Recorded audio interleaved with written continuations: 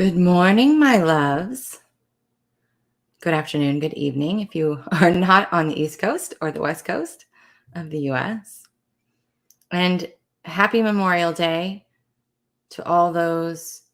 We remember all of those who served their countries, their loved ones, who stood for what they believed in. Today we honor them. I felt really guided this morning to hop on and do readings today. So I'm going to share this because we have a little bit of a delay. I'm going to share this into my Facebook group really fast. There are some rules to the readings. You have to have your photo in your profile picture. It has to be your name that I read. If you're on YouTube and you have a handle, then you'll need to type in your name in the comments. And I do ask that you share before you ask for a reading, unless you donate. If you donate, you can just let me know that you donated. I can't see it always in here. Good morning, everybody. So, and you can ask any questions. It doesn't have to be a personal question. If you have a spiritual development question, if you have a question about healing, but please, my rules are, again, your profile picture needs to be you. It needs to be your name, or you need to type your name in the comments if you're on YouTube and you have a handle, and you share or you donate. And those are the things. So if you're on YouTube, there's a donation. You can donate through Super Chat and just let me know, or you can do it through my PayPal link. But I need to pull it up so I can see who shared and share this. So just give me a moment, guys. We'll see how this time works. I actually like doing it earlier. Oops, there I am. Earlier is better for me. Good morning, Vanessa. But we'll see. Share to group.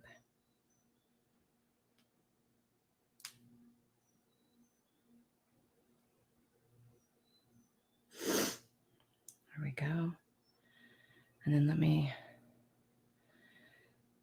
pull this up so I can see who shared.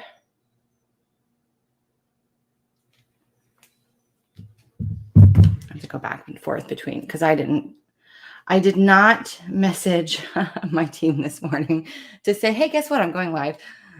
I didn't know if anybody was up yet. So we're going to do the best we can to navigate this until I see Corey hop on, and then we'll get her help.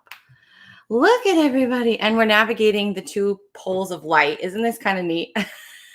The sun's coming right at me right now. So we're just going to stay in the little zone of light here.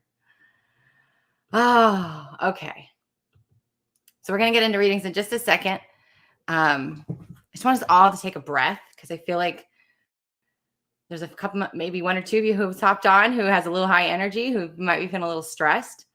Anytime, you guys, that you are in the energy of stress or lack or worry, the guidance that you are seeking is not going to be received from you personally. And this is why people often ask for readings, right? Because they're in that high energy state of worry. Is this going to happen?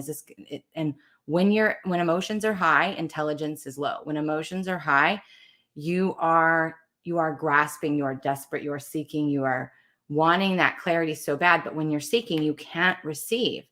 So the trick is always that if you're ever in a state where you're like, I need to know the answer, I need to have clarity, I'm in this state, you have to change your energy completely.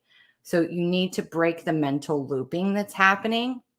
And I can already tell this is a message for somebody. So you got to break the mental looping that's happening, where you're going around and around and obsessing or thinking about what's wrong with you. Because remember, not only is Mercury in retrograde, Mercury just went into retrograde, which usually affects more electronics than anything, but it does affect our internal communication as well. But it's squaring Neptune. Neptune is my ruling sign. So it's the woo-woo, it's the mysticism, it's the right brain. There is nothing logical about Neptune. There is nothing logical about this. This is a very quantum energy. So if you are a very logical thinker, if you are someone who needs to control, it's going to be a rough summer for you. I'm just going to be honest, because it will make you feel crazy if you're in your head. There's nothing logical about this energy over the summer. So you got to change your energy completely. Get up and dance, go for a walk, get out of your head. Remember, you can't seek and receive at the same time. You have to be in one or the other. Okay.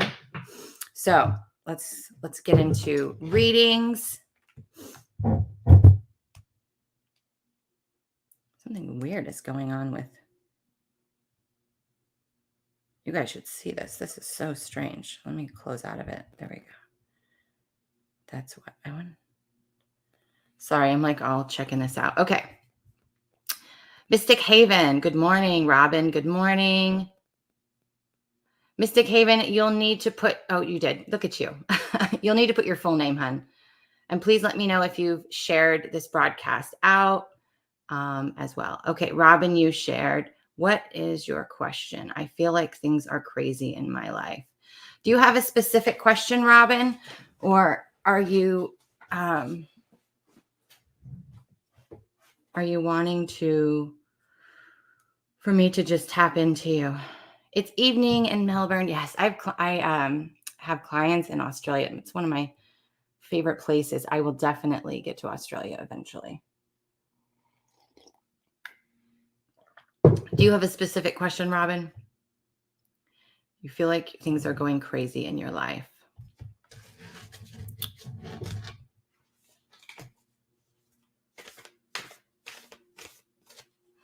I feel like that's probably a lot of people. You're just wanting me to read. Okay.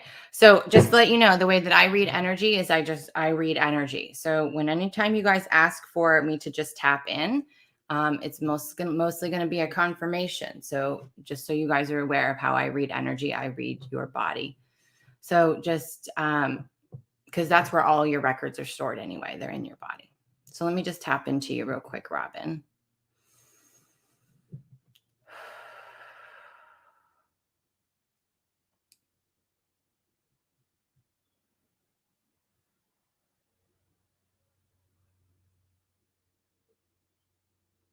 So there's definitely someone on your left side. I keep wanting to snap my fingers. There's somebody who's trying to talk to you on your left side of you. And I almost feel like there's a little bit of a reverberate. I don't know what they're using weird words. A reverberation, like a vibration, I feel like almost in your ear or near your ear, almost like maybe even a tickling, but it's the energy. There's somebody who I'm hearing it's a loved one who's wanting to communicate with you. They're trying to let you know that they're there and that I feel like you are in the energy of, I don't know if it's worry or if it's anxiety. There's I think that morning message might have even been for you. I feel like that you are in your head and you are obsessing or circulating over some things. And you're also making it, what I'm hearing is you're making it worse because you are trying to figure out what's happening instead of allowing for whatever to be and trying to navigate it. Remember, when you're surfing, you're not trying to figure out how the wave is forming, where the wave is coming from. You're not trying to do those things. You're just merely riding the wave. You're merely on the board. You have surrendered. And this is what a lot of you guys are struggling with right now. So instead of, remember, don't try to figure out where the wave is coming from or how the wave is formed. Sometimes you will know where the wave is coming from or what created it, but majority of the time that it's not even necessary. It's about learning to ride the wave. But you do have someone over here. And like I said, I keep wanting to snap. So I don't know if you're hearing snapping or there's something with the snapping, but I just want to tell you that there's someone right here. And I almost feel like it's a male figure. As his face starts to define a little bit, I almost feel like it's a male figure that's there.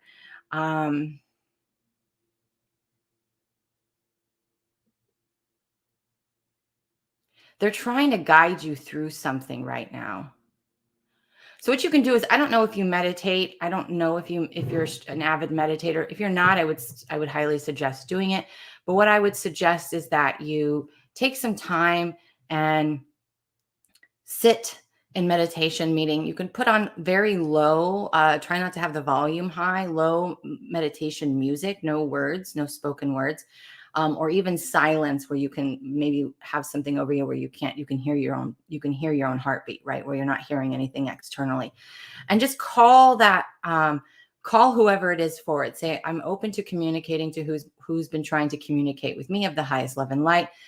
And so that you can feel their energy and tap in, not so you can seek, I really want to get you out of the seeking energy. I want you to just allow that person to communicate with you and tap into you. I really feel like something's there for you.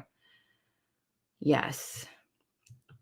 Yes to what? So when you guys are validating me or communicating, when you put yes, just because I don't do these a lot. So if you guys can be of help me, that would be great. Say yes, I feel that, or yes, I feel that person there.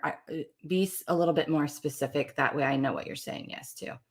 So I would do that. I would also go back and listen to that morning message that I said. I really feel like to get you out of your head and you'll start receiving. But this is not a logical thing. You're not going to understand it. You're not going to understand what's happening right now. You need, remember, they could not have said a better metaphor. It's not about figuring out where the wave is coming from or how the wave is formed. It's about learning to surf. Dad, yeah. Vibration in your, good. Perfect.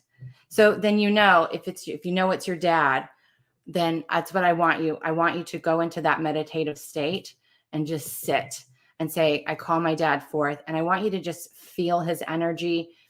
But I want you to just feel his energy, feel him there. You can even imagine in your third eye him sitting there. You can even imagine him sitting there next to you and just allow his presence to be there. When we're trying to hear or see or get clarity, we miss the whole message. And let me just tell you, spirit is very direct and very short. They don't elaborate. They're not human. They don't go into the story. That's why when people ask for messages or, channeled information, it's usually it's just like this, and people are like, what? Well, I need more details. There really isn't any more details. They don't go into the story of it, So anyway, I hope that helps, Robin. Good morning, Brian. Perfect. Teresa, if you are still here, I'm going to need your last name and let me know that you shared as well.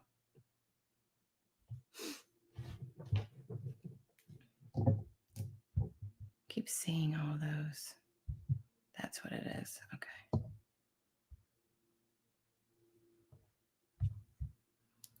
Perfect. All right. If anybody else, we are doing readings. The only requirement, just for those who are new that are hopping on, if you're on YouTube, you will need to either have your YouTube name has to be your name, or you'll need to put your full name, first and last name, in the comments. And I ask that you share or that you choose to donate, one or the other. Just so that we have an energy exchange.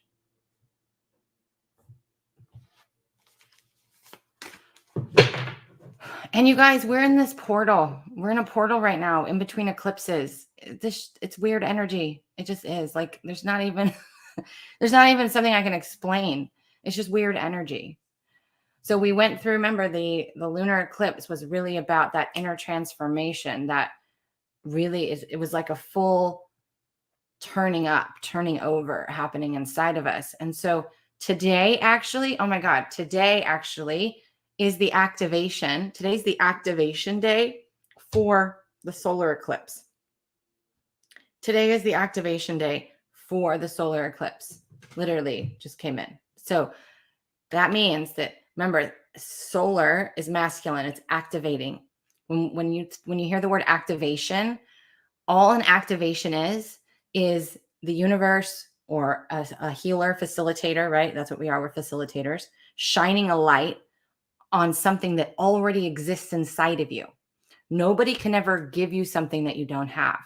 We are only ever illuminating what already lives inside of you. That's what an activation is. It's like turning on a light switch.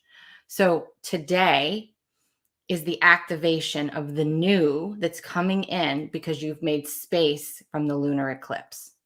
Okay. So these 2 weeks in between eclipses are crazy potent. So something is going to be activating in everybody today. It could be something very minute. It could be something life-changing. And that doesn't mean that you will see it happen today. Let me tell you, one of the bigger cycles that this last lunar eclipse closed out was from 2012. Now, it's not even there's even bigger cycles, right? This is how this energy can be so convoluted and so hard to understand sometimes, and why it can be confusing to someone who's new is because there's so many cycles within cycles within cycles, because we are in a time-space continuum loop, right? Especially when you are not in your conscious awake state.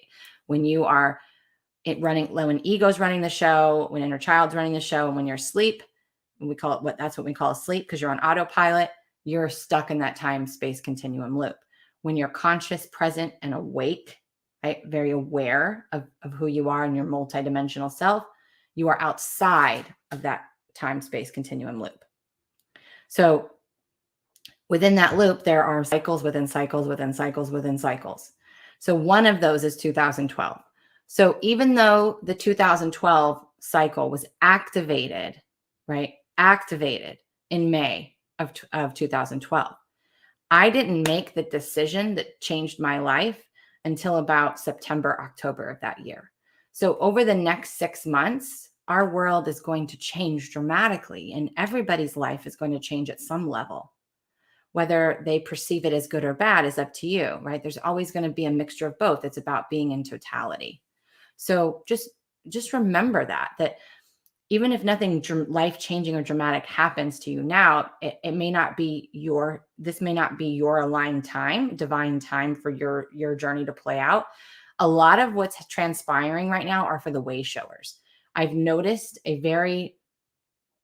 really strong pattern of way showers, and the way showers are those they're a little bit ahead of everybody else, whether it's days or hours or years or months. It doesn't matter. It's not about less than or higher than, better than or not. It has nothing to do with that. It just means we're at a different spot on our evolution.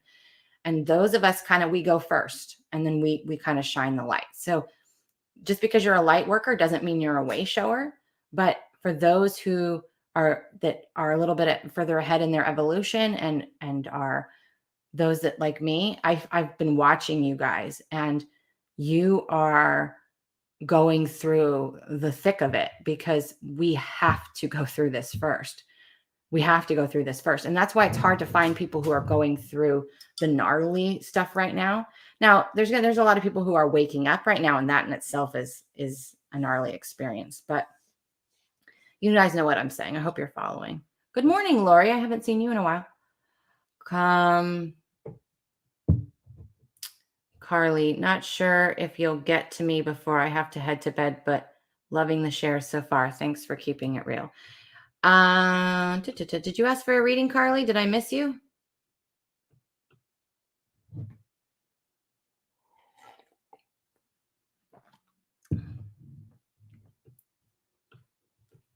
I didn't see that you had asked for a reading. Good morning, my lovely Julie. Another Australian here. It's cool to see who I get at this time of morning. I'm not usually on this early.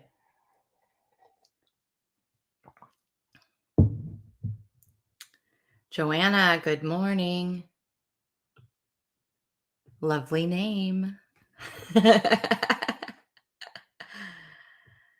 Carly, if you would like a reading, please actually state it, because oh, good. Okay. I was like, did she ask and I missed it?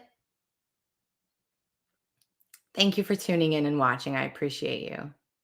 From the Philippines. Awesome. Carliness is normal. It is normal. People seem to think that the longer you've been on this journey, especially the people who are just waking up.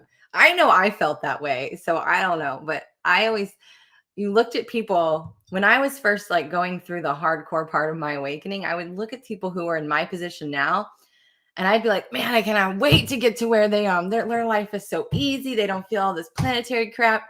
Yeah, that's not true. They just know how to surf. They learned how to surf the waves. They're not trying to figure out who made the wave, where the wave came from. They're just surfing the wave. They've gotten really good. Thank you, Lori. Joanna, just make sure that you share. Let me know when you've shared, or if you want to donate. Either way is up to you. And if you have a specific question that you're looking for, or if you just want me to kind of tap into you and see what comes up, it's up to you. Let me know which one you would prefer. But we got to remember that when we're watching our favorite people online, and we watch anybody online, when we think that their life is better, or they don't go through that, or their awakening was easy, there's so much that we don't see. There's so much that we don't know. And we're always having a human experience first.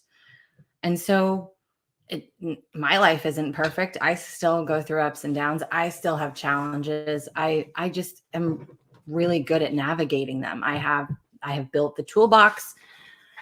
I have the tools. I practice them on a daily basis. I practice them when life is good. I practice them when life is chaotic. You guys know by now, it's about practicing what you preach. It's about being the change. You have to set the example for yourself first, because you're always programming yourself first, right? We're trying to override the preloaded programs that came on this body.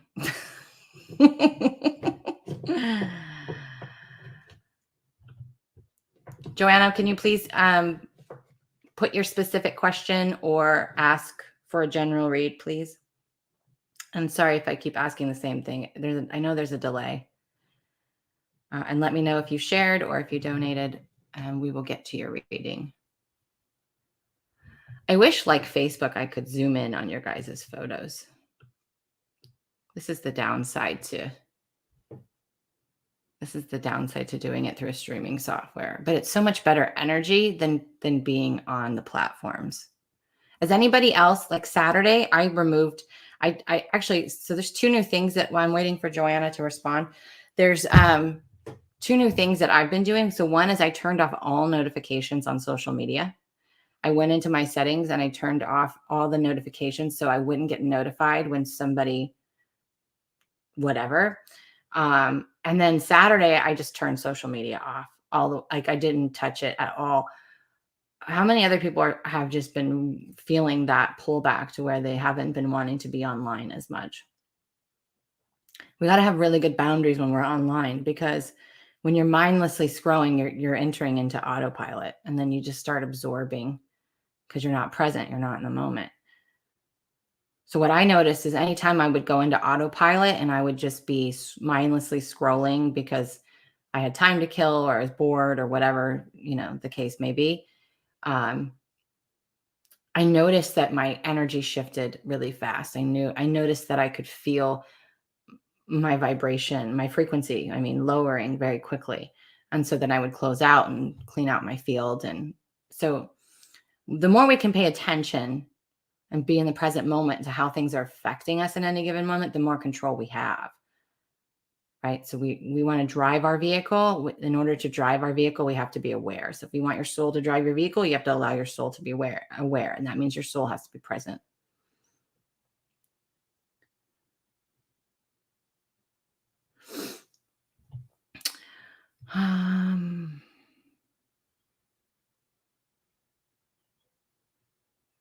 Is it Eileen or Eileen? I don't want to say your name wrong. I can't tell if you shared. Let me see. Usually it'll tell me if you shared. We have like a crazy delay.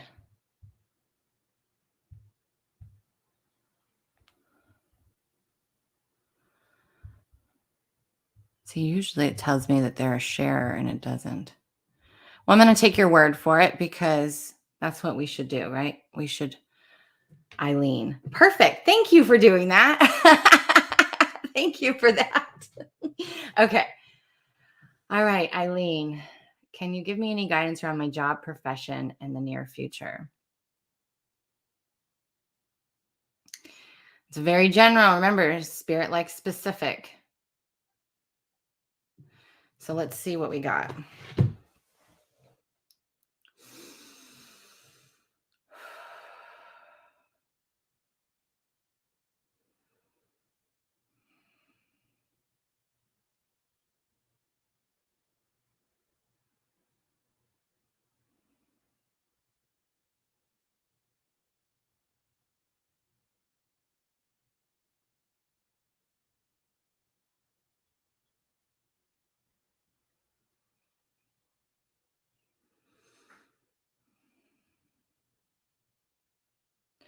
So I feel like there's something very creative, or you are creative, or you need to be creative. There's a creative energy. I can feel your solar plexus, not, or you're not your solar plexus, your sacral. I can feel a lot of energy in your sacral. I feel a lot of energy on the right side of your body, specifically coming into your crown. And I can feel it as I tap into that, follow that energy. I can feel it flowing. But there seems to be some type of disconnect to your lower energies. It's not continuing down. I can feel the energy in your sacral. I can feel it coming down your right side, but there's not a connection being made, which is interesting. But when I look in my third eye, I keep seeing you painting at an easel. I almost feel like you have,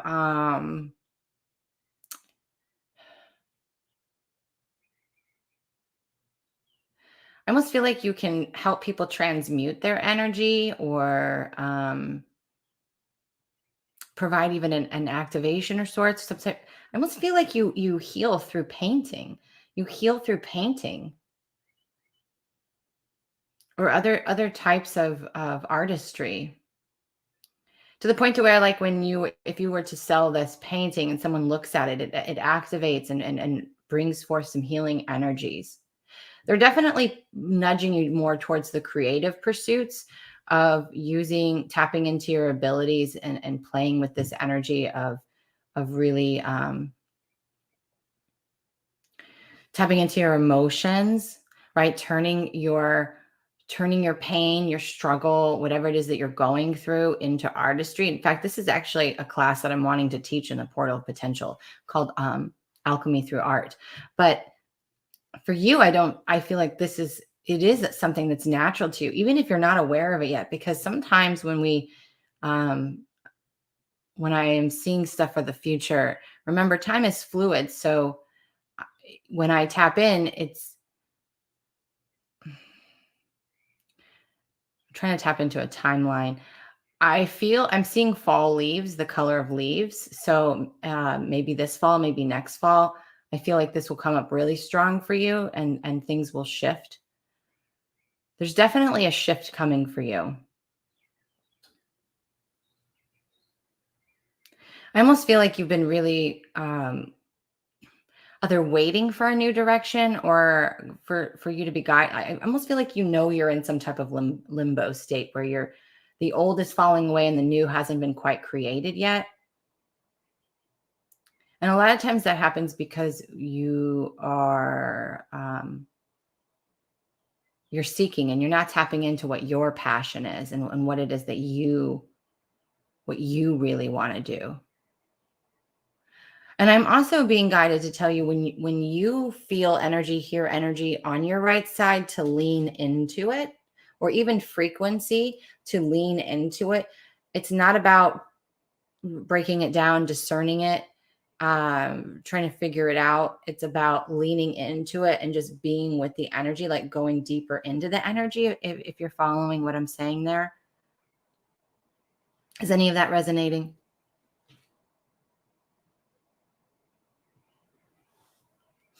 Yes, I feel the shift.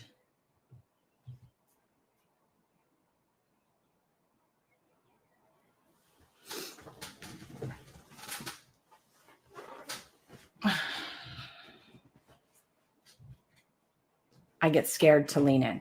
Okay. There's nothing to be scared of.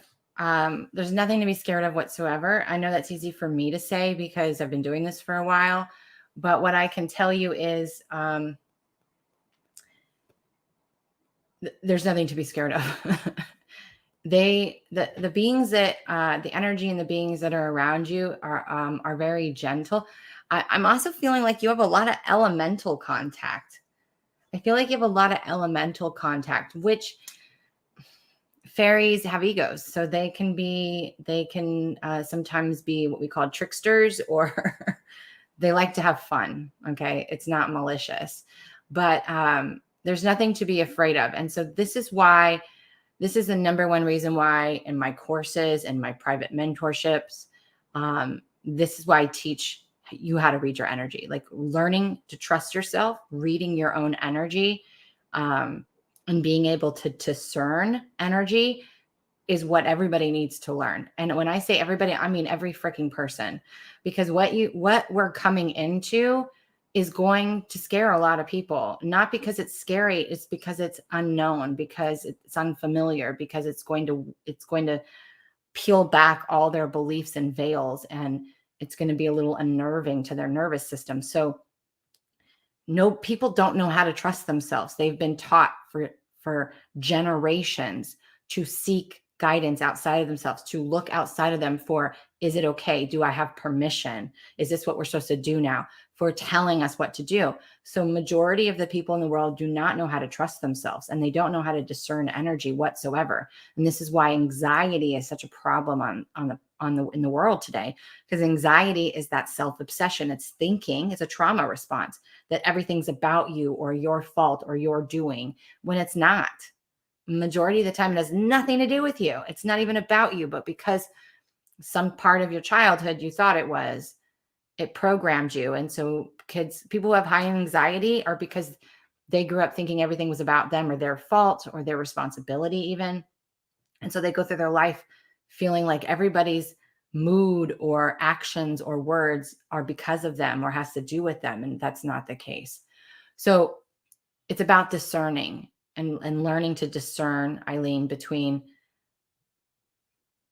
high, frequencies that are for you or that are not for you. Or when it's discerning beings, is it a loving energy or is it an energy that I really don't want to play with, right? A lower frequency energy, an energy that has an agenda. I don't believe in energy protection, and I don't believe I don't believe in dark entities. So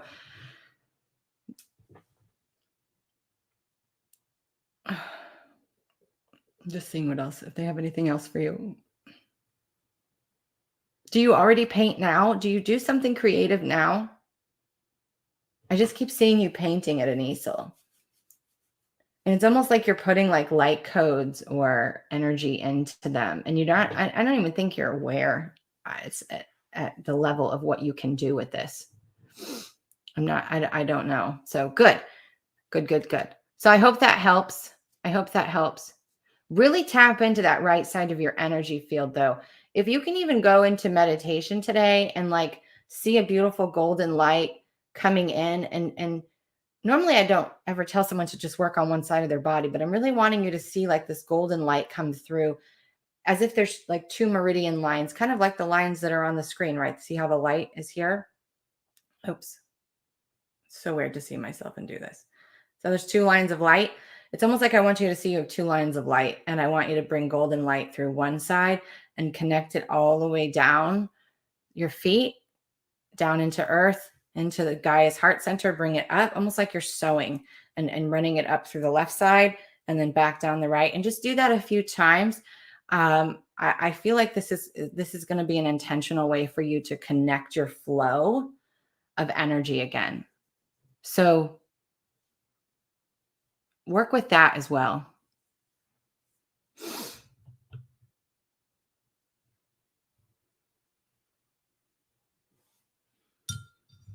Lori says she's grateful for my toolbox and thank you for your trainings. I have been away from online, leaving my phone off for hours. Beautiful.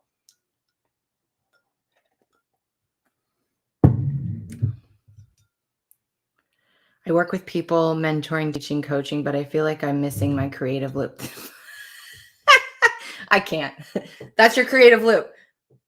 That's exactly what they're having you do. Isn't that crazy? They're having you tap into your creative loop. That's crazy that you put words to it. I couldn't put words to it. Tap in. It's reconnect your creative loop. And remember, when we're being guided by spirit, it's incomplete. When we're channeling, when we're given information, it's often incomplete. It often doesn't make any logical sense. And I can't say this enough because over the summer, it's going to be very wooey, right? They call me the woo-woo queen for a reason, but the energy is going to be very wooey. It's not going to be logical. It's not going to make sense. Okay. So this is about tapping into that right brain. This is about tapping into your creative flow. And when things when you have incomplete thoughts or thoughts that don't make sense, go explore them. Allow yourself to go into that energy. Lean into that. You don't know how to paint? I don't know how to paint. I've been painting. I've been coloring in a coloring book. I've been doing all of those things. Good morning, Salim. I've been doing all of those inner child creative things because when we're doing creative things, we just allow for creative expression. We allow for the divine to start speaking through us.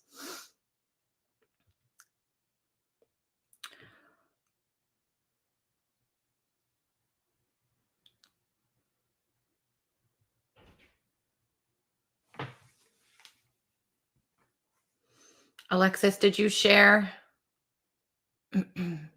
Her question is, I had a question on my legs will feel heavy on and off, and I wasn't sure if it would. Oh, I know what you had commented on one of my videos about this. So her question is, or her statement is, I had a question on my legs will feel heavy on and off, and I wasn't sure if it's Ascension symptoms or stagnant energy or blocked energy. I would appreciate information if you have any. Thanks.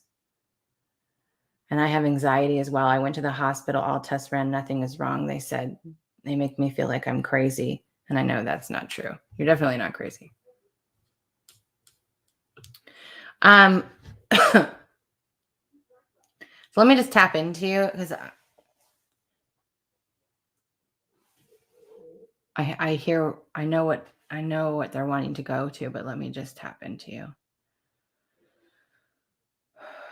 So I can I'm going to read my energy through you. I'm going to read your energy through my body. So hold on.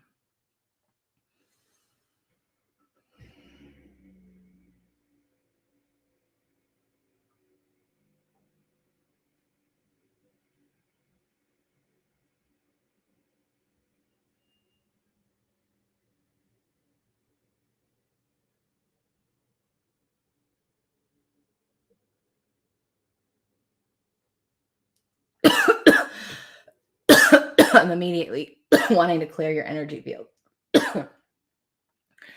Okay.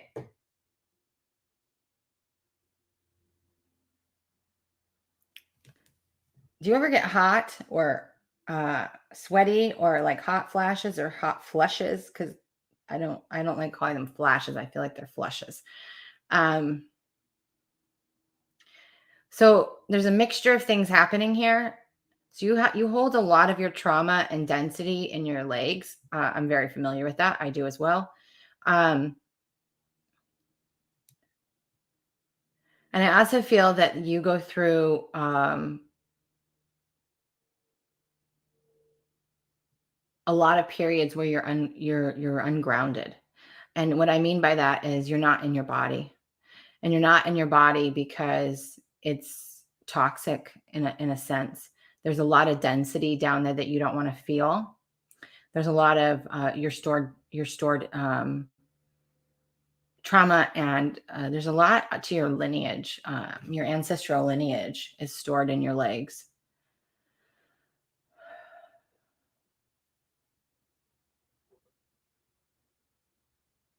So when we feel a heaviness in our body, whenever we feel a heaviness where it makes us trip, where it makes us feel like it's numb or it's hard to move, that's telling us where we're not in our body. So I could really feel your energy field click on about sacral solar plexus and above was where your energy was hanging out. And it's really about bringing your energy all the way down into your physical body. Remembering ascension is a physical thing. Ascension has nothing to do with our level of consciousness.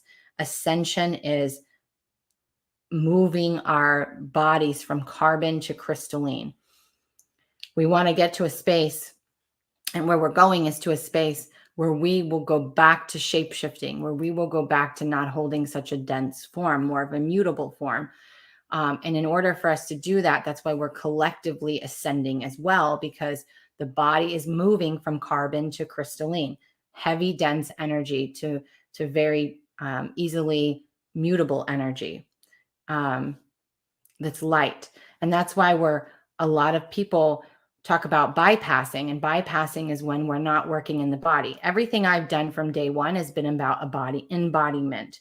Everything I've ever done, I started out as an empowerment coach, but everything was about the body and was about embodiment, practicing what you preach, being the change, bringing it into your actual human reality. So I'm going to give you a couple of things that I would like you to do. And as far as in Ascension Symptoms, during certain alignments for you, you're going to feel this more than others. Yes. But Ascension Symptoms are something that come and go. And while this is going to come and go, this isn't just because of the ascension of the planets, right? So this is an ascension symptom, if you will, because your body's ascending, but it's telling you that you're not tapping into that. You're not tapping in. You're not in your body. So, but if it's because of planetary things, yes, when we have certain alignments. So like right now, Mars and Pluto are in opposition of each other, which is actually a good thing. But Pluto is the big transformer. It's the psychic energy. And Mars is very masculine, action oriented, move forward. And so these two opposing each other really represent duality, to be honest. And sometimes that when we start working with even Saturn or Mars, and then Jupiter's in play right now, there's a lot of big energy in play, but all that does is activate certain parts of the body so that you can ascend. And sometimes the more intent we feel our ascension symptoms, the more we can tell we're holding on or seeking or when we're surfing, it's there, but it's not the ascension symptoms are not as strong. But when we're trying to figure out where the wave came from and how the wave was formed and trying to control everything, we're making it more about us, and we're trying to seek the problem so that the energy becomes more intense. Okay. So anyway, I'm going to give you a tip, or maybe a tip or two. I'm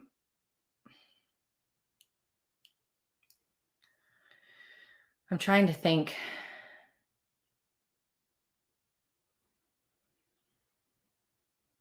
If you want a program that's going to help you know how to do this, really read and discern your energy, really learn how to read and discern your energy, message me. Okay. Anyway, so I want you to, when your legs are feeling that way, I want you to tap your legs real gently. Just tap your legs all the way down to your feet, inside of your legs, not hard, just tapping. You want to become present, just tap on your legs, kind of awaken the energy, feel sit on the floor or a bed, see where your legs connect, really bring yourself present. And then I want you to take conscious breaths where you're breathing in and out, really long, deep, slow from the belly. But I want your intention, remember your intention is the directions you put in your GPS system. So you're going to intentionally tell your breath where to go. And I want you to imagine your breath when you breathe in, like bringing in all the light. And when you breathe out, seeing all of that light and air going into your legs, anchoring your physical body, like making space for your body to kind of slowly enter back in. And I want you to do that a few times, really focusing on your legs, and then just go back to touching them, tapping, tap, tap, tap, tap. And then come back and do the breath again. And really just work with those two for right now and just really bring yourself in. And again, there was a message in the very beginning about seeking and receiving. So remembering that we have to, we can't seek and receive at the same time. Stop looking for what the problem is just recognize that this is how I feel in this moment and accept. Doesn't mean you have to agree. Acceptance, not agreement. You accept this is where I am right now. I may not like the way this feels. I may not understand what's happening, but can I accept it? Acceptance is the only energy of which you can begin to receive, right? Receive information. And also in the Portal of Potential, we just did a body alchemy transmission that not only helps you get clarity of what's in the body, because there's a lot of density in your lower legs. There's a lot of programming and ancestral stuff down there. So that would be a really good one. You can get that one on its own, or you can just join the Portal of Potential and it's there. And that transmission, that uses my purification process. And that gets into the DNA. So in that journey, you not only get clarity about where it lives in your body and what's in your body, but then you also go through a transmutation where we actually do an altering of that energy. I get very hot. Yeah. And that's the thing is, that's why I always feel there's multiple things here, because when you're getting hot, you guys think about, what does fire do? Fire transmutes things. Fire changes the energy of something, right? It takes a piece of wood that's solid and it turns it into ash. So when your body's going, and that's like when we get fevers, we were never meant to take ibuprofen and lower the fever. We have been programmed so intently, the medical community, why I believe with everything in me that there is a space for traditional Western medicine and energetic medicine, or even Eastern medicine. The programming from the Western medicine is so designed to keep you sick. So let's reduce their fever. Let's medicate their fever. No, that tells the body, everything we do is programming the body. We want our body to naturally heat up because it's killing off the density. It's transforming the density, the virus, the block, the sickness, whatever it is. So don't medicate yourselves. Try to do other things when you don't feel good before reaching for the ibuprofen or the Tylenol or the medication or the alcohol or the food or whatever it is. Start with understanding that your body is going through something, that it's your body is self-regulating. It's always looking for homeostasis. Always.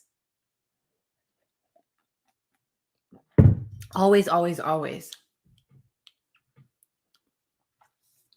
So try that, Alexis, and see if that gets you on the roll, on the road again. Oh, thank you, Salim. She says she can definitely recommend the purification journey. It was an amazing experience. Yeah. And in the Portal of Potential, there's a ton of other transmissions too. Language of light transmissions, all kinds of good stuff. And we're doing a live Q&A this week too. You're so welcome. And come back and let us know after you use it. Come back and let us know how it worked. I love it when people do that. I love it. Yeah, that's it. A lot of people, this, other things for ungrounding or vertigo.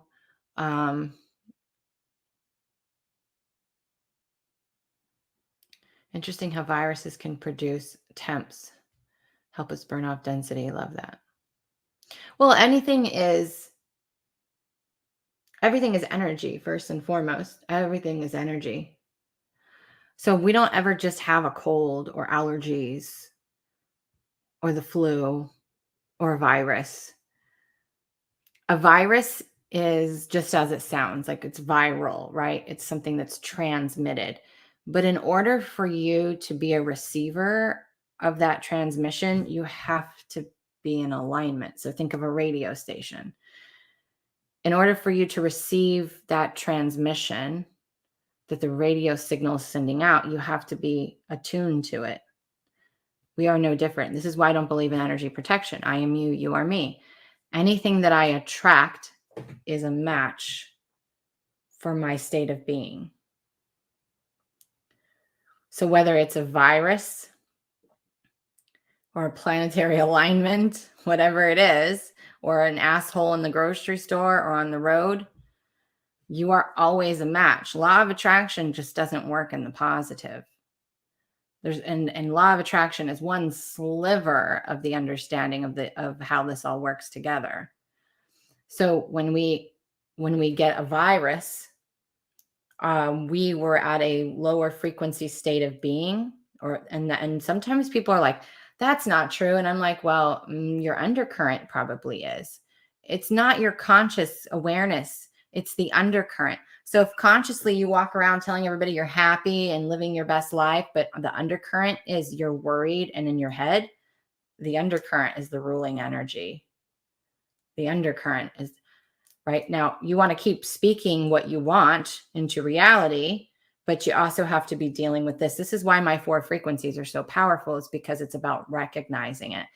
You can't bypass this. You can't just I am your way out of things. You have to also acknowledge the energy that is on repeat, or it's just going to get louder and louder and louder. So this is why my 4 frequencies are such a powerful teaching. But when you do get a virus, that means your state of being was here and the virus was at that match, and you interacted or stayed at that frequency long enough to that transmission was fully received, and then it was accepted by you. At some level, you accepted that transmission, that virus, to have that experience. Maybe it was only to have the experience. Maybe it's your part of transmuting it. Maybe it was your lesson in how to navigate your frequency, realizing that, oh, I was at a low end of frequency. Sometimes it's the planetary alignments that shift things, and right, we get emotional, we get tired. So when we're healing, it's never just, even for people who you're watching them dead asleep and they think they have the flu or cold or something, they are clearing energy. They are transmuting energy, period.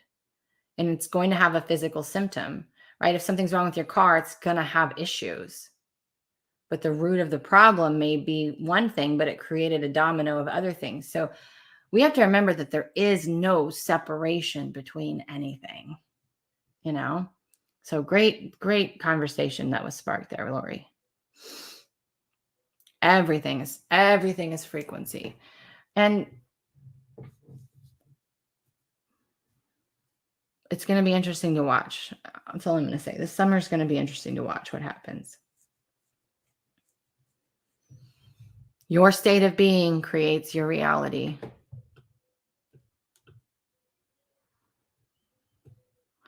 And sometimes what we're asking for, what we want, let's just say it's on the 8th floor and you're kicking it on the 4th floor. And you're like, I really want to be on the 8th floor. It's got the money, it's got the love, it's got the freedom, it's got all the things I want. Excuse me. I'm moving a lot of energy today for you guys. So you might keep going up the stairs or the elevator, but you might be hitting a limit. You might be hitting a limit. We call this the upper limit, right? What is the block? What is the limit? And you keep hitting it and you keep going back down. You're getting frustrated.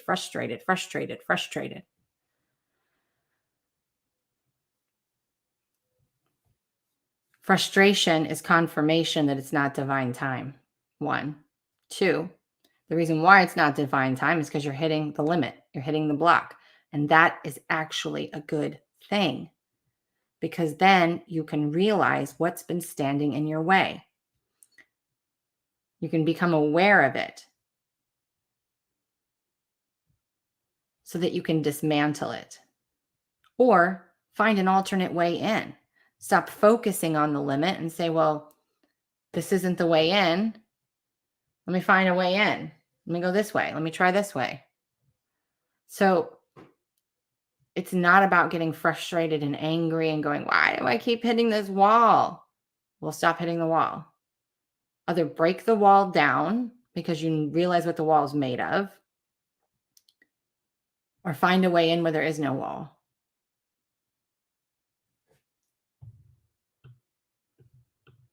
I keep trying new things.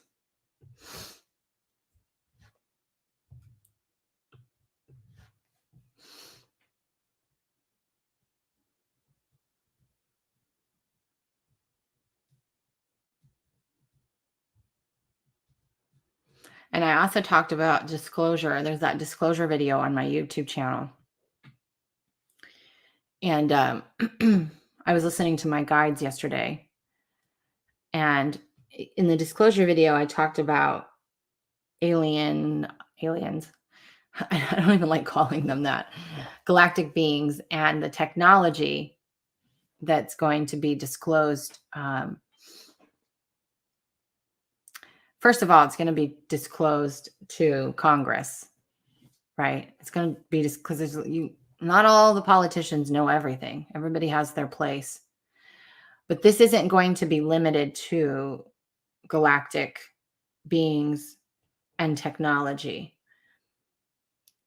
This June 1st deadline is for disclosure of many, many, many things.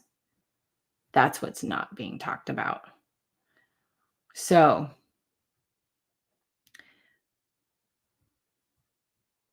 they're going to try and restrict a lot more.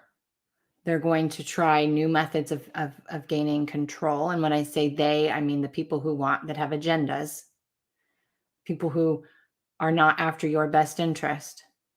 And so they're going to be doing things to distract you and causing you to go into FOMO, or fear of losing something, fear of not having something. So this is, again, why they create these shortages and things like that. And the more you see people buying into that fear and freaking out, those are the people that you can see are living in their autopilot mode, or what we would call asleep. And the more of us who are like, I see what you're trying to do here.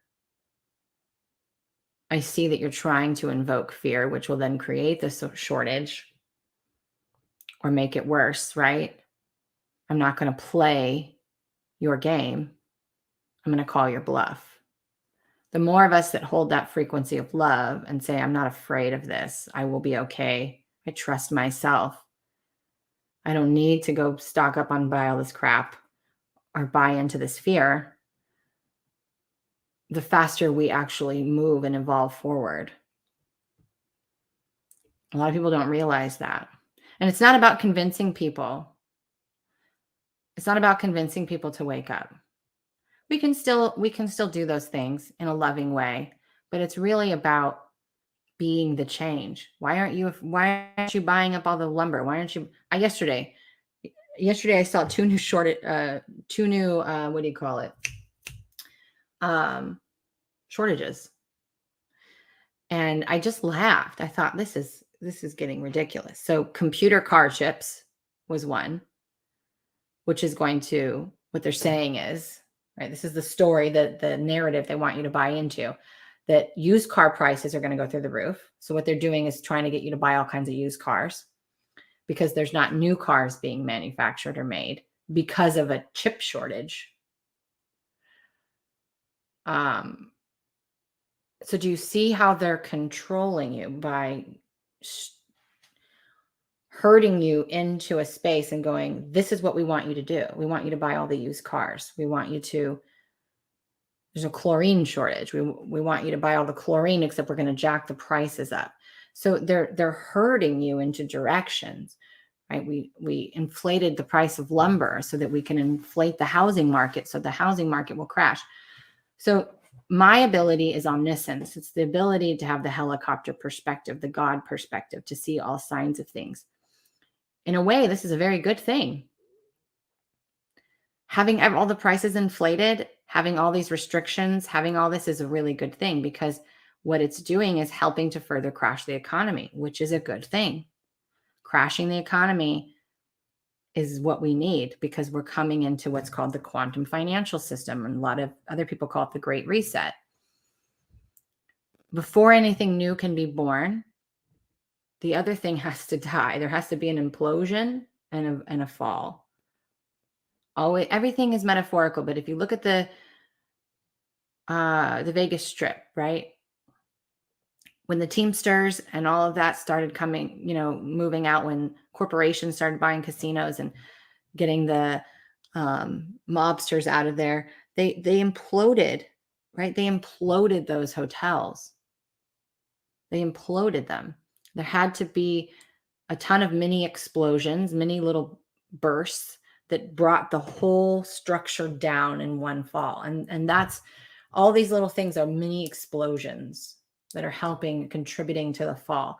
And we need that. We want that to happen because we need to have a system that is supported by the whole. And the quantum financial system, maybe not the one that first rolls out. There's going to be a lot of trial and error that's going to be happening with anything new.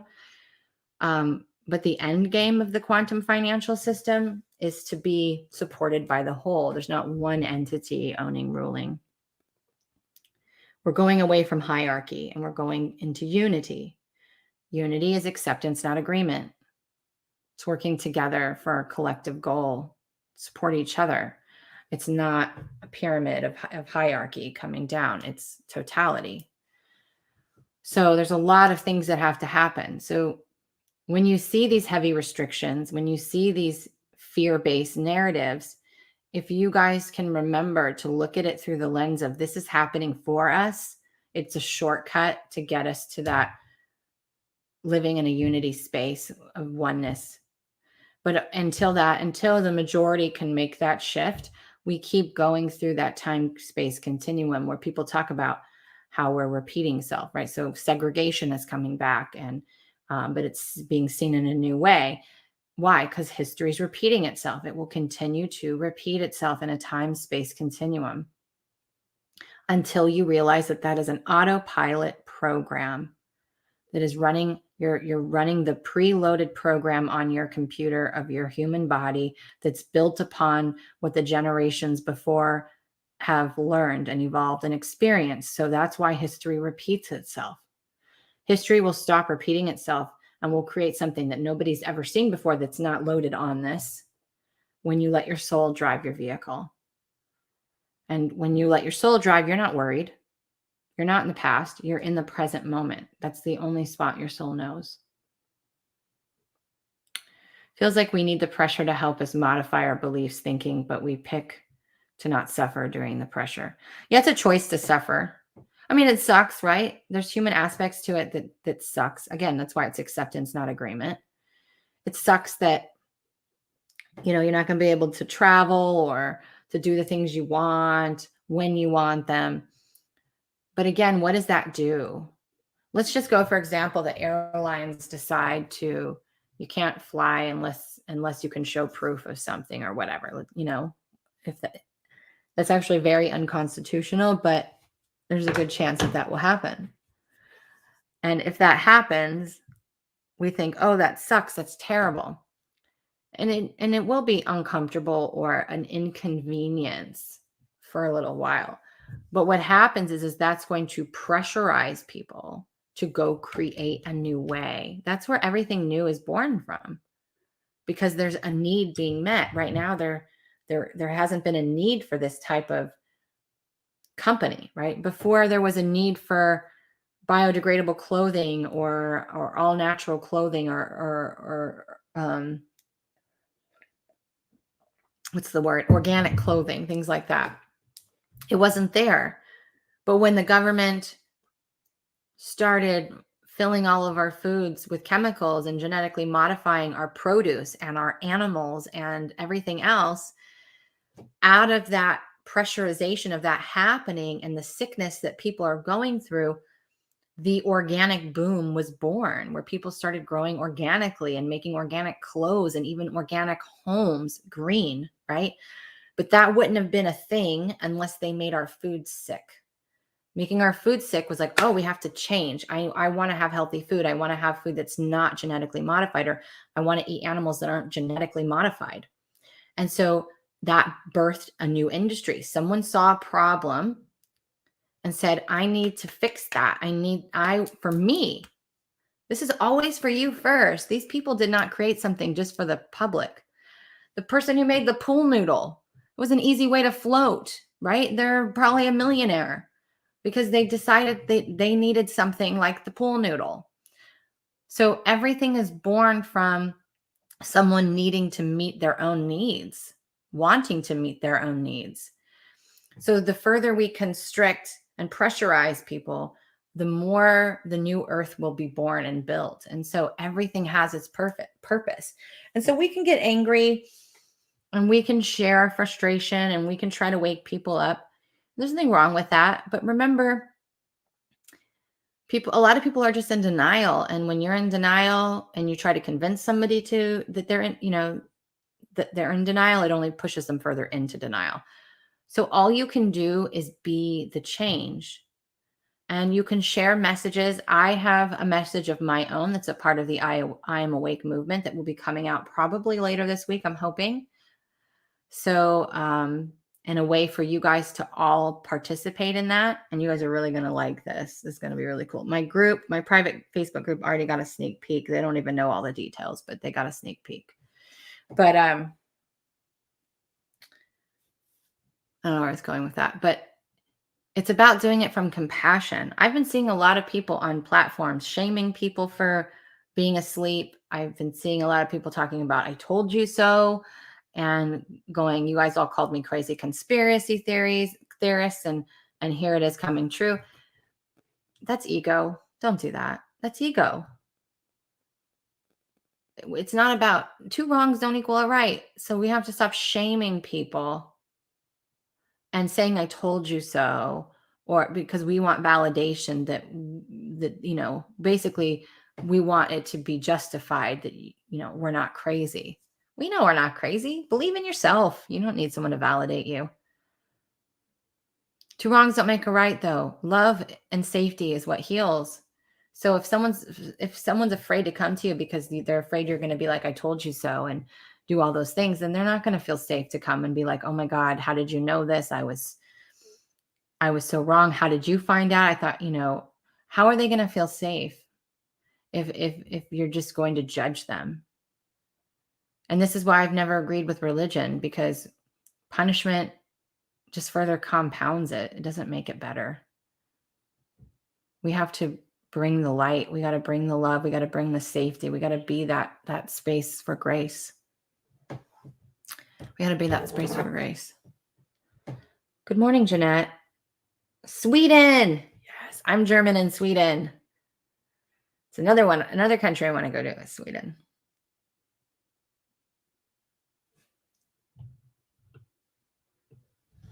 Be more love. You're welcome for that reminder. I got to give myself that reminder too sometimes. I'm not perfect. And I don't ever ask or expect any of you guys to be perfect. But judgment, anytime you're judging, you are not, your soul is not driving that car. There's no wrong or right. And I know that's really hard for people in this human experience because we can feel like something's wrong or we feel like there's consequences, but it's just an experience that we've labeled. It's not about judgment. Nobody is judging us. There is no one person in the sky judging you and giving you heaven or hell. You create a heaven or hell experience. That's it. Once you cross over, you are automatically brought into the oneness of everything. Everything and everyone, you feel everything and everyone. It's a completely different energy. It's a completely different feeling. And practicing meditation and sitting with yourself and meditation, what I call charging your light. I'm trying to see if that was a free one. It's not, it's a paid one, but charging your light, sitting in your power, you can experience that feeling of what it's like to cross over and be connected to the infinite of everything. It's a practice. And that's how I practice. I charge my light by reconnecting to the oneness of the whole. I don't go into meditation seeking to be fixed or getting answers. Sometimes I do, but for the majority of the time, it's just to reconnect and charge my light. And you guys can find that transmission on my website, on my shop, I think it's on my website shop. Or you can message me and I can send you a link, or someone will send you a link.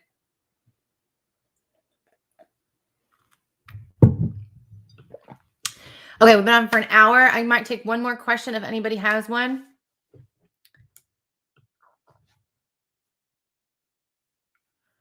What are you guys' plans today? We've had the whole spectrum of of weather. Saturday was like 88 and it was a little windy, but it was so nice on the beach. Okay, Allie. Just either share or however you want to do it, and then just let me know if you have a specific question, type it out, or if you want a general and you want me to tap in, I can tap in as well. So Saturday it was 88 and there was a breeze and it was sunny and it was like the perfect summer day. And then Saturday night we had huge storms come in, just downpours of rain, hail, lightning, thunder. It was crazy. And then all day Sunday it was cold and damp and drizzly. It was like 60. And today we're in the low 70s. It's like spring. So we went from summer to winter to spring in a weekend. Today is summer here in Sweden. Oh, that's nice. That's nice. Stephanie says, I love the advice you give on TikTok. Thank you. Man, TikTok was a challenge for me. I'm not even going to lie. Those of you who've been following me for a long time, you guys know, look, I've already been on for 111 minutes. I just talk and talk and talk. Me trying to squeeze what I have to say in a minute or less was a challenge. But I try to make TikTok not just about advice. I try to make it, I just share whatever I feel called. Sometimes I'm just having fun. TikTok's been an experiment for me. But if you guys aren't following me on TikTok, you totally should. It's fun. Allie, go ahead and put your question in.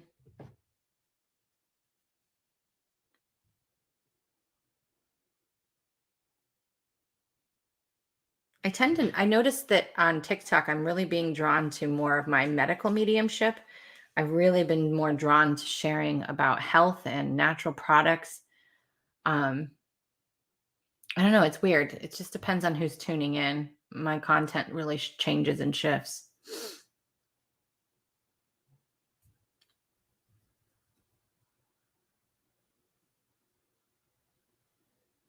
And who else has been having the throat stuff? Anybody else been having throat stuff, sore throat, scratchy throat, maybe even a lump in your throat? I know for me, my throat chakra has been going under some work lately. I've even had people tell me that I sound different, which that will happen depending on what consciousness I'm like. I have so much energy. That's why when you guys see me doing this or this, it's receiving information. So whoever's speaking through me, remember a lot of my team is ninth dimensional Pleiadians. And so they work with tone and sound. And so they will adjust my voice accordingly.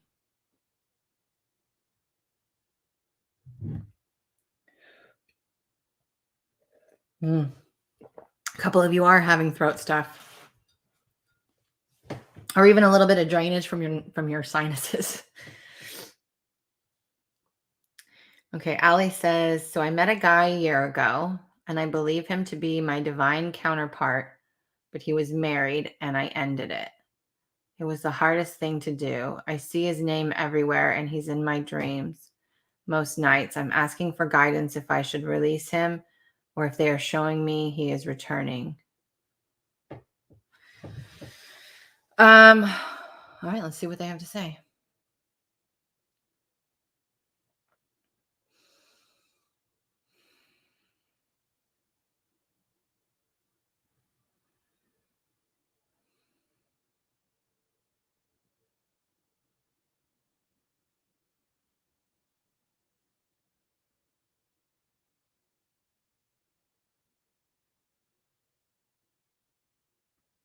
First, I'm going to clear some energy. And we're actually going to do we're going to clear some energy, Allie, out of your third eye. We're going to peel a couple of layers off. So if you can just take a couple of deep breaths. We're going to pull a couple of layers off right now. Very gently.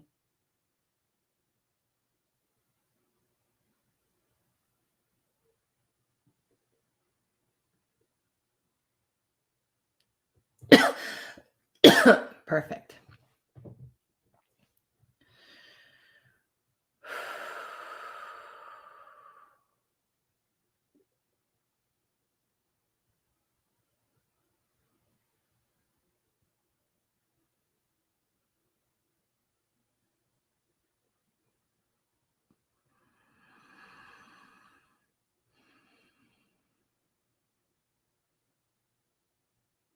So you have a lot happening inside of you right now. You have a lot of things happening inside of you.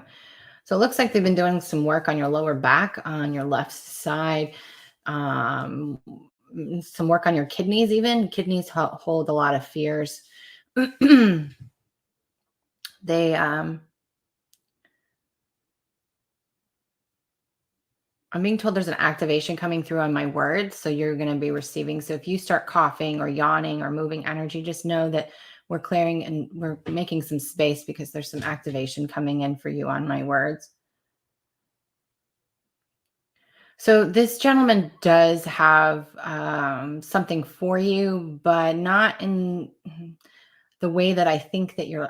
I think you're seeking for a reason. Right now, I believe he is just a mirror for you.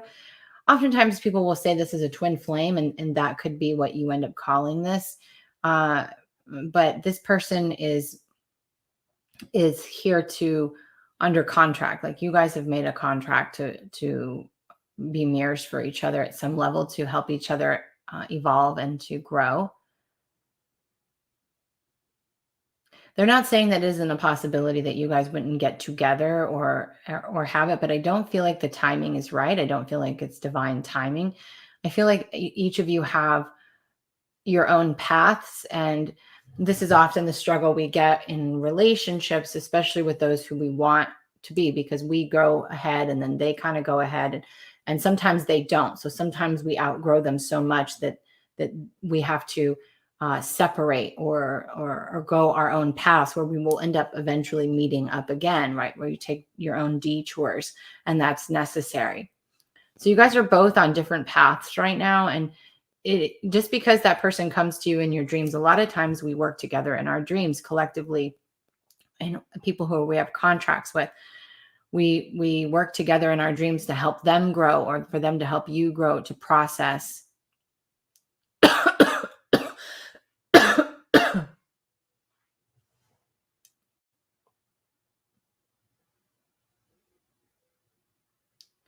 So when this person is coming to you in your dreams, or when you're seeing them or seeing his name or seeing his energy or feeling his energy, really pay attention to what's coming up for you.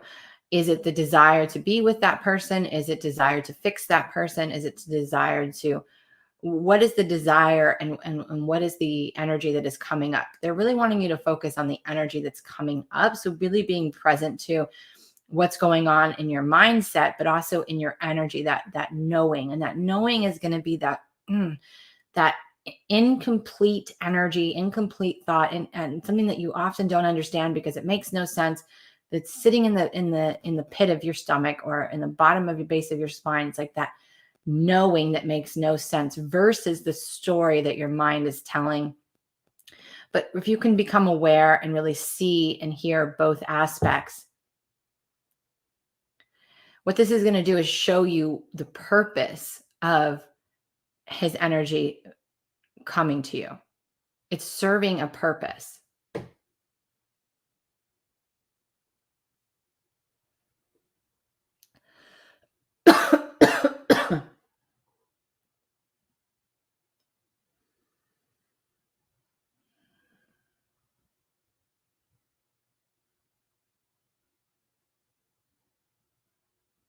And oftentimes people stay in contracts longer than they're supposed to.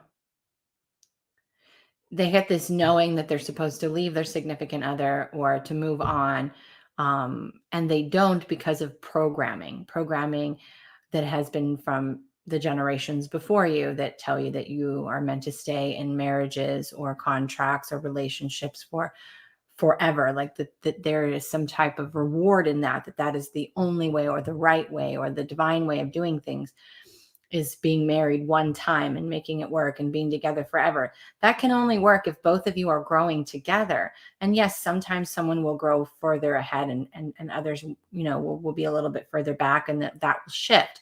But if you both aren't growing and evolving, if one is and the other isn't, that relationship can't be sustained.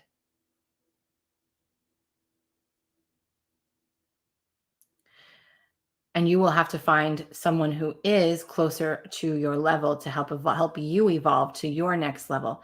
So what I'm feeling is this connection is not divine, but there is information in what's happening, but it's about you learning to tap into your energy and understanding what is coming up for you, what this is triggering within you, what is it allowing for you to do. And he's going to have to do the same for him. He's going to have to do what he needs to do to get to his space on his journey. There's something that has to happen for you guys to be divine in time. And each of you have your own responsibilities and your own lessons that you are meant to navigate to get you to that divine meeting space. I hope that helps.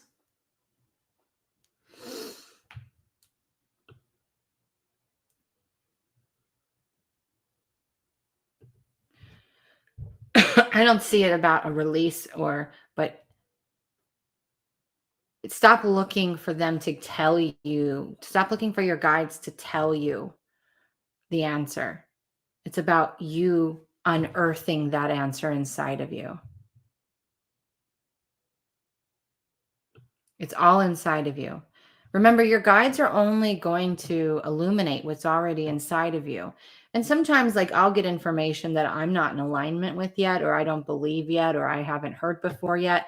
And then I have to process that at a later time. And that's, something that I go through, but it's in me, right? We're always an onion peeling it back. That's why my guides call this the well of all knowing, because it's a well of wisdom. And when you understand the chakra system correctly, it's been taught incorrectly for millennial, for way too long. We understand that our root chakra, our root is in all of our bones. It's our structure. It's masculine, but it's made up that if you look at concrete, it's first dry, right? It's like sand. So our bones are made up of millions of billions of infinite particles of sand, of information, of all time and space. We don't have to go outside of us to visit our Akashic record. It's in our energy field. We are our own Akash. Everything is compacted. And the past couple of live chats I've talked about, I think it was 2 ago, I talked about how crystals are formed and how our own crystalline energy is formed. So you guys can go back and watch that, educate yourself on that, and you'll understand it more. So let me disconnect from you, Allie, because I'm going to end up continuing to clear your energy otherwise. But we did do some work on you. So hydrate today. We drink water, not for hydration, really. We drink water to process energy. Water is a conductor. So drink extra water today, grounding. You might end up today, later, or tomorrow with a headache. We did quite a bit of work on your third eye. I'm always having to clear my throat and coughing. Coughing is you're transmuting energy. You're releasing. Good morning. Carrie says, I see things in my mind, not sure if it's my subconscious, my imagination, or my third eye. I'm confused by the things I'm seeing, not sure what it relates to. Well, there's no... Your imagination and your third eye, there's no separation there. Your imagination is used to help you take the energy and create a picture or create a knowing. Imagination that works like this. This is how my guides have told me it. They say, when you are remembering something or reminiscing about something, how you kind of get that image of, like, if you pulled up a picture, you get an image, like if you're going through your photo album and it brings back a memory. So just like when you're out in public, when you see things or hear things, it triggers a memory. So your imagination works in that capacity. If you can imagine it, right? If you can form a picture to it, it's actually something that's already happened to you or already exists, even if it's in the future. Because remember, time is not linear. Everything's happening simultaneously. That's why there only is the present moment. The future doesn't really exist. The past doesn't exist. It's all happening right now as we evolve, right? We hit that spot as we go. So there's no separation between the two. You can see your subconscious state, you can see your unconscious state, you can see your superconscious state. All those are frequencies: unconscious, subconscious, superconscious, conscious in the moment. All those are levels of frequency. So when you're in the unconscious, you're in the real dark, dense stuff, right? Those are usually your autopilot programs. Subconscious is usually more of emotional and generational. It's another level of density. Conscious is the heart frequency. It means we're at our 0 point field. Right? Super conscious is when we're really up in the ethers. So whenever you're seeing imagery or seeing things in your mind, again, it's really about learning to read your energy. This is why I always come back to this. It's about learning to discern and read energy and read your energy. What does that mean to you? Right? What's coming up for you when you see that? What are you feeling in your body? What is your mind telling you? And it's learning how to read that information. It's about tapping in. So I feel like you're seeing an image and you're going like this. What does that mean? What does that mean? Where's the answers? And sometimes the image is just the image. And sometimes the image is about, tapping into everything, because the heart is the translator. If you guys don't want to feel, if you're afraid of feeling the bad, then you're not going to feel the good. But the heart, you have to be willing to feel anything and everything. The heart is the translator. So the dense information, or even the information coming in through your auric field, the heart is what translates it into words, images, knowing. So it's really about tapping into when I see this, what do I feel? What is the knowing that I get? What are the stories that I get? But imagination is not separate from clairvoyance at all. There's no separation. It's just a matter of what frequency are you tapping into, and what is it sharing for you? And again, another reason why learning to read your own energy is super important, because what lens are you seeing it through, right? You could be getting information and the lens you see it through be totally different. So for me, like I've mentioned several times, when I'm in a past life, the lens I see my imagery through is more of a red clayish color. When I'm in another dimension or timeline of mind, it's more of a bluish grayish color. It's like a lens, like rose-colored glasses. The lens of that changes. But these are my libraries that I've built. That's why I continuously virtual hug, virtual hug, virtual hug. Received. I received. I hug you back.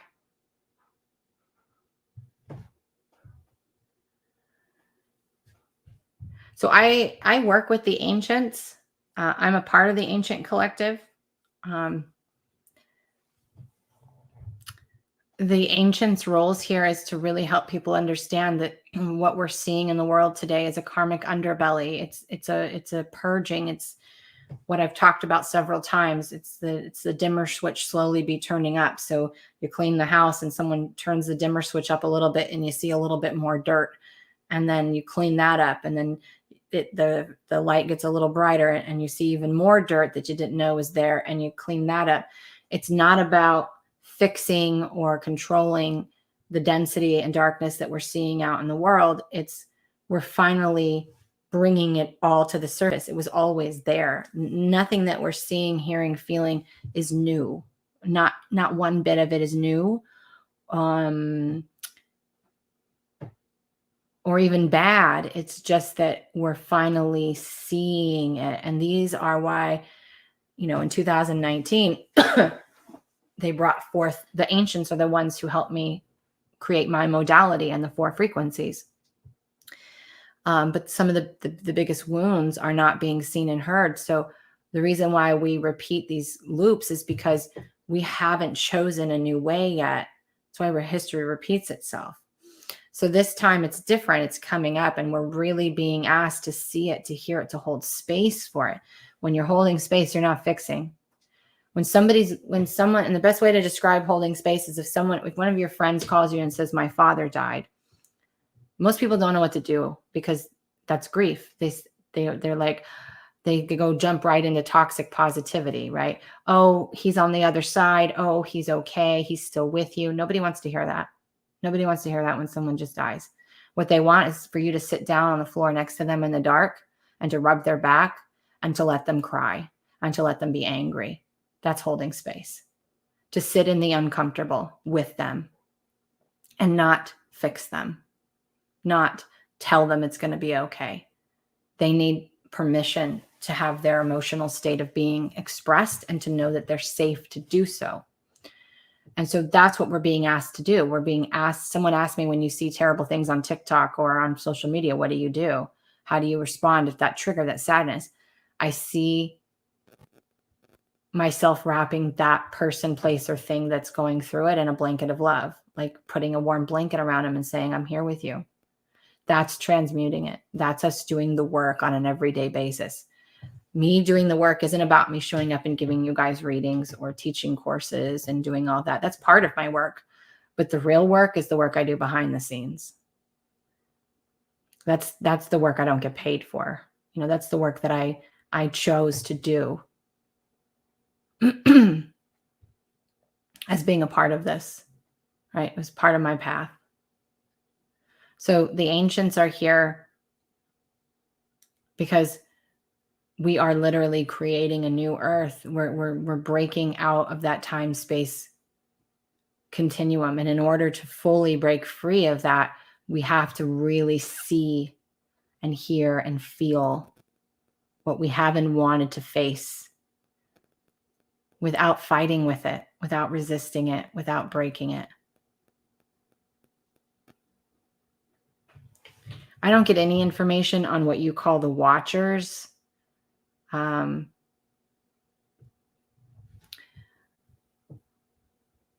me, the only people who are everybody's watching us. We're the golden ticket, right? We're the grand show. We're the main feature, the hottest game, however you want to label it.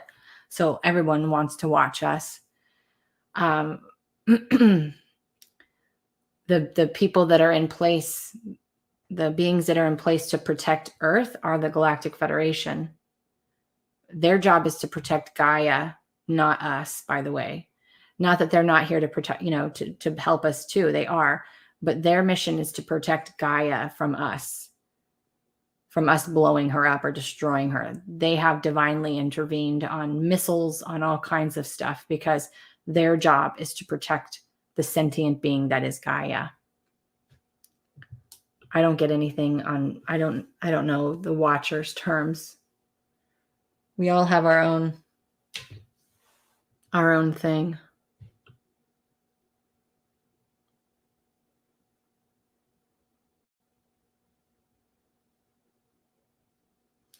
Lori says, love the wisdom on programming and impact on contracts. I released a bunch on not only this life, but multi-dimensional.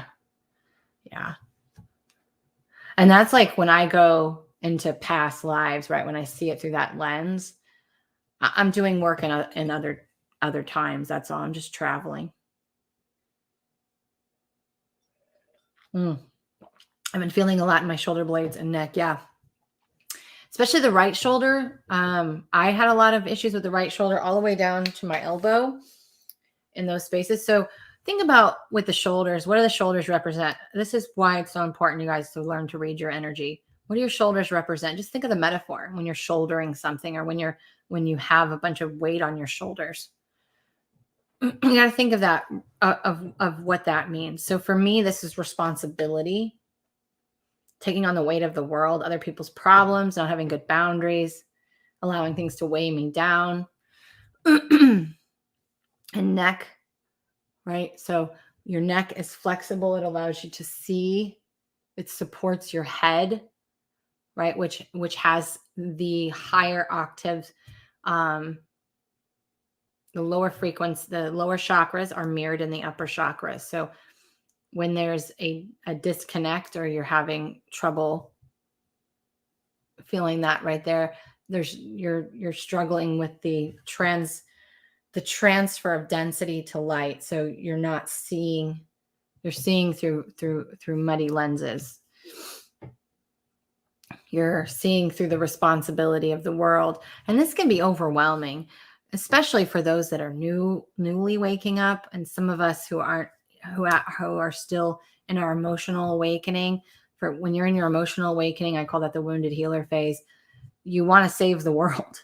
You want to do all those things. You haven't reached the point to see that the world is going to keep evolving all on its own. Yes, we are being asked to be a little bit more active this time, but in the form of being the change, not necessarily in the form of activism or revolution, but more in the form of, I'm not going to allow this to affect me anymore, and I'm going to continue to live my life and be free. That's exactly what they don't want. The moment they see that what they say and do means nothing, they've lost, and they're losing. So we just have to recognize that the more energy and attention you give to anything that you don't want, the more you feed it, the more you fuel it. So think about what that means to you. And again, the portal of potential has the purification process, where we go into the DNA, where you tap into the blocks in your body and see the programming that's stored in there and transmute it. So if any of you who are having these types of things feel called, the portal of potential is really where you want to be.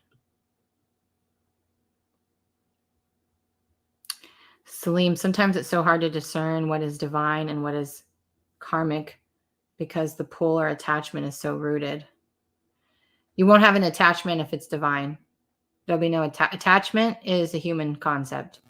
Attachment is always karmic. Attachment is always density, because you're attached because you've gone through it so many times, right? You've been around the time-space continuum so many times that is something that you've seen, experienced, felt so many times that you are afraid to let go of it because you feel like it's a part of you. But again, as my team always says, when you let go of the story and when you let go of the blame, you allow wisdom to lead the way. So you just have to, it's not really about letting go of it. It's about accepting it in. Nothing is separate ever, you guys. So don't be afraid to let go, because it doesn't mean that you're losing something. That's why we often are afraid to let go. We feel like we're losing something. But if we let go of the word let go and we say accepting, then we open our heart and we allow the energy to come in, and it becomes the soil, the fertilization of whatever we step into next. Just the same reason why farmers burn their fields. It revitalizes the fertilization. It infuses nutrients back into the soil.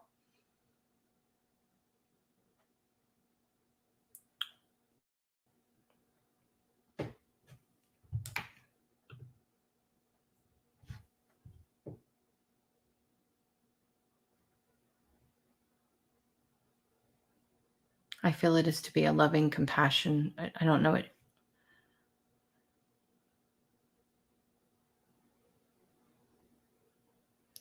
The voice of the universe speaks through all of us, if we allow it to.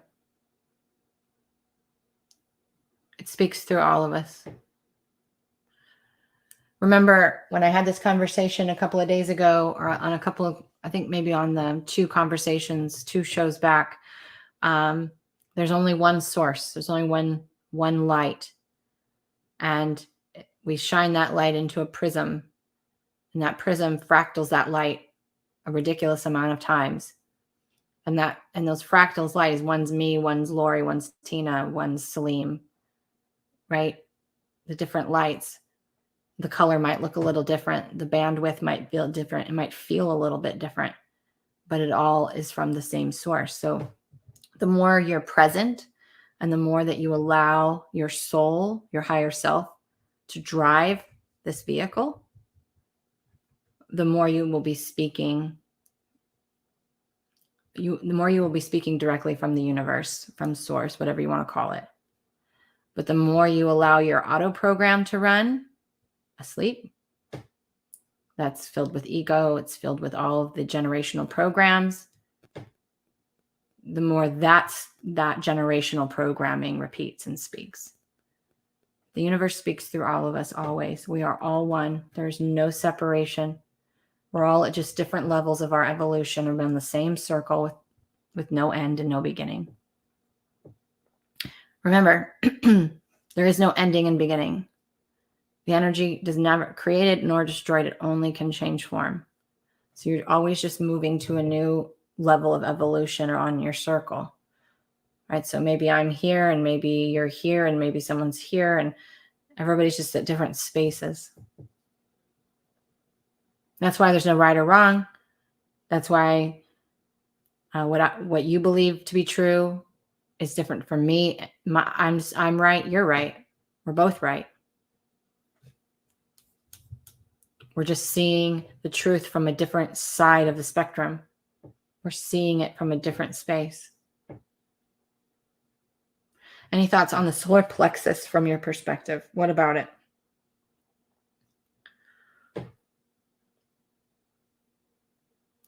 I don't want to go too far into this teaching because it's going to be a whole course. And I do talk about this a little bit in Unity, in the course Unity. But again, the chakras have been, people haven't been ready to know the higher, more aligned understanding of the chakra system. Or chakra system, however you want to say it. But the lower three chakras are mirrored in the upper three chakras. So the upper chakras are merely they're merely projection screens of what's happening in the lower three, and the heart is the bridge. The heart is the 0 point field, 3 and 3, because there's only 4 stages of an awakening. The 4th is integration, which is the heart. What does it need is the center of accepting love versus fear. The solar plexus is about your power. So your solar plexus is about empowering or disempowering. The solar plexus is mirrored in the throat, where we both are action centers. So if you're feeling disempowered, your thoughts, words, and actions will be disempowering. If you're empowered, your thoughts, words, and actions will be empowering. If you're afraid to be seen or heard, it's going to affect your solar plexus. That's the internal aspect, right? That's the subconscious programming. And you speak out, it will go, you'll be afraid to speak or you'll be afraid to be seen because it's connected to the power centers. Lori, I don't know what is going on with you on your, what is this? This is your right side. It feels like your right kidney. It's like your right kidney.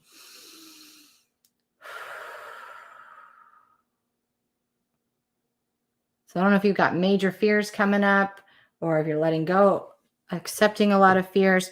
There's you got some major issues in your kidneys.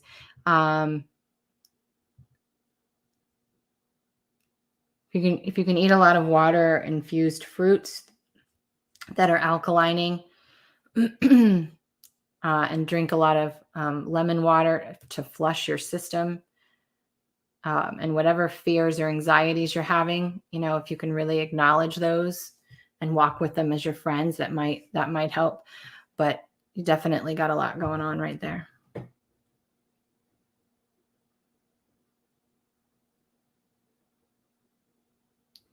So remember, the solar plexus is like our own internal cosmic sun. It's which in the external sun is a food source, right? It's information, it's food.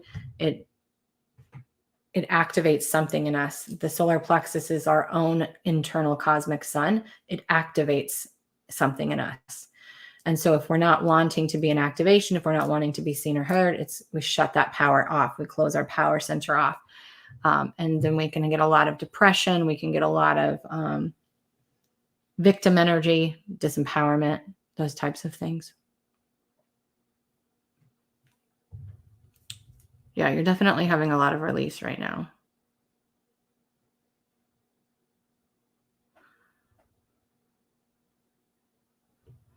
Yeah, there's no reason for you to worry about the collective. That's for sure.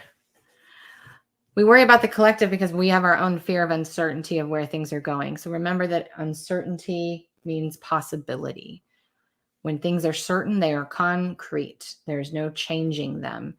And the more we focus on uncertainty, the more we focus on things being as a worry, as a form of worry or fear of what's coming, the more we actually create the fear of what's coming, because you're allowing your ego to go through the algorithm of the past to fill in the future.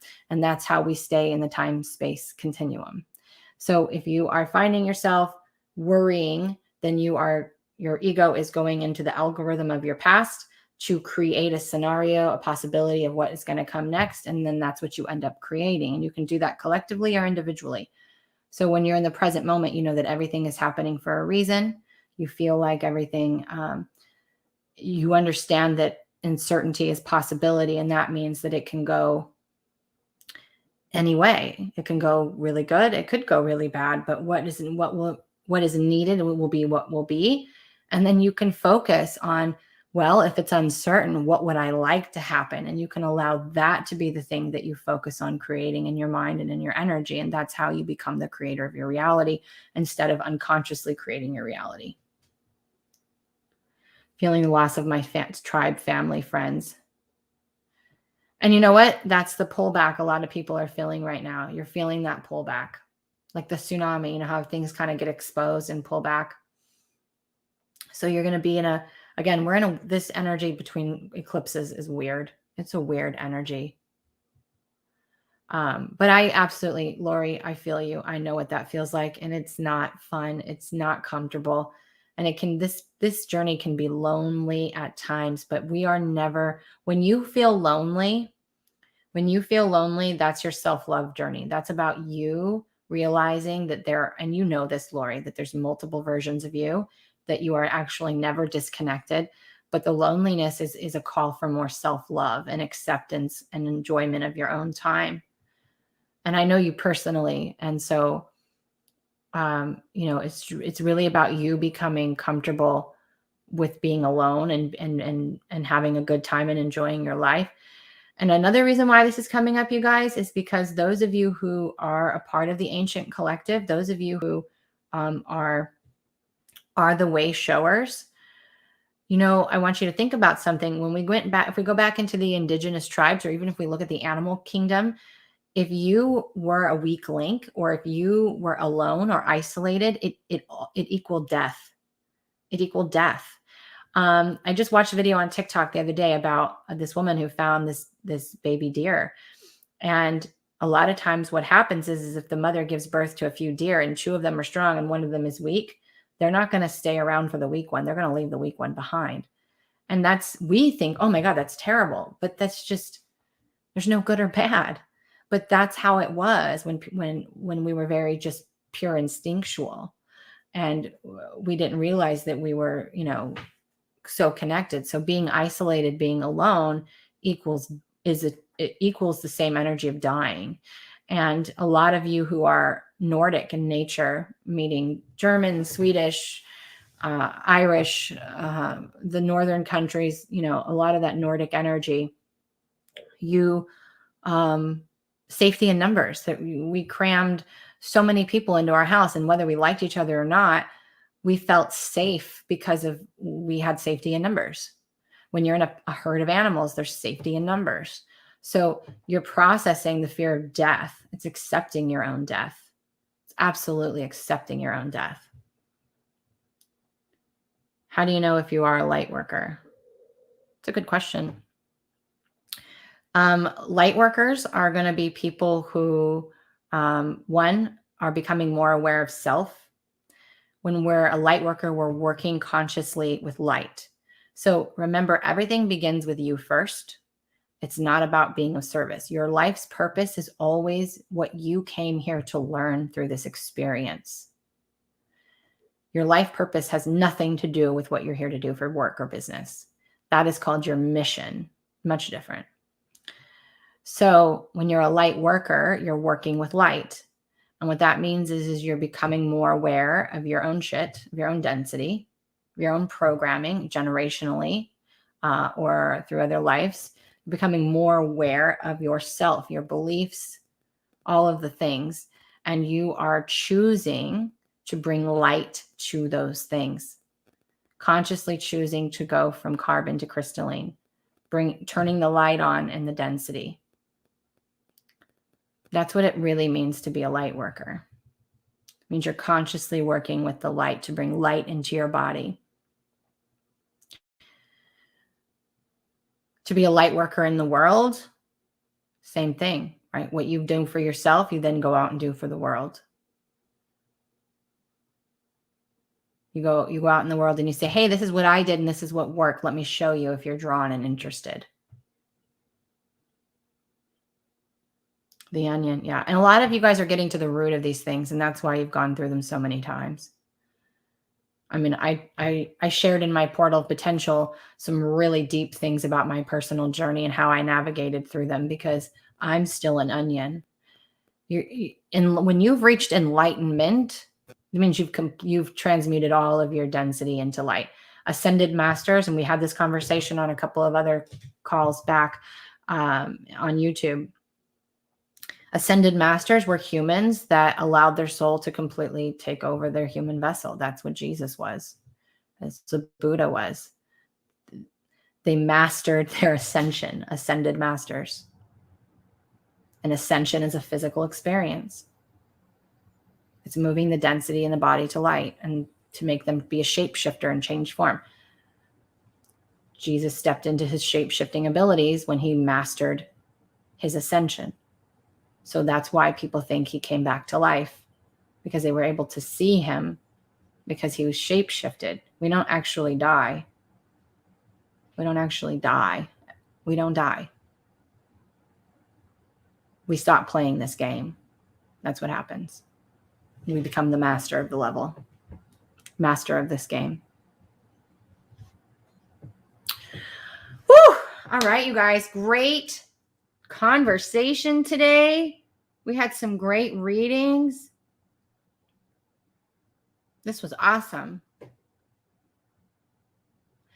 For all of those who donated for readings or just to send me love, I want to say thank you to you. I never know until I get off of these what I received or if I received. So I'm just going to say thank you in advance. For all who shared, I appreciate you. That's amazing. Anybody who feels drawn to join the Portal of Potential, that is my monthly membership where I give more personal stuff about me, my journey, what I've learned. I give more teaching topics. This week we're doing a Q&A. We do journeys. It's really just whatever I feel inspired to do. But there's a lot of content. It's already filled with a bunch of content too. So that's a great place. I do have 3 private mentorship spaces that just came available over the past couple of weeks. I haven't really been advertising them, but they are open for those who are really wanting the quantum leap. This is all about taking you through your journey personally. And lots of offerings on my website. Later this week, I will hopefully be announcing one of my new side things that I've been working on I'm really excited to roll out. So there's lots of stuff that will be trickling out and showing up. Thank you guys. Thank you. And then of course here when I pop on and see what wants to come through. Also, please feel free to get your name on my email list. I don't email out a lot. I'm not a big emailer, but I probably will more. We don't know the social platforms are going to be very unstable. So some of them could disappear overnight. So if there's things that you want on your Facebook, make sure you back up your Facebook. Get on my email list. I have a Telegram channel that I'm going to start using a little bit more. And so just, hey, Kathy. So just know that those, that's ultimately, if social media was to disappear, you guys will stay in contact. I will reach out to you other ways. But great conversation today. Great messages. I love you guys so much. Thanks for showing up. And I hope you guys have an amazing week. Bye for now.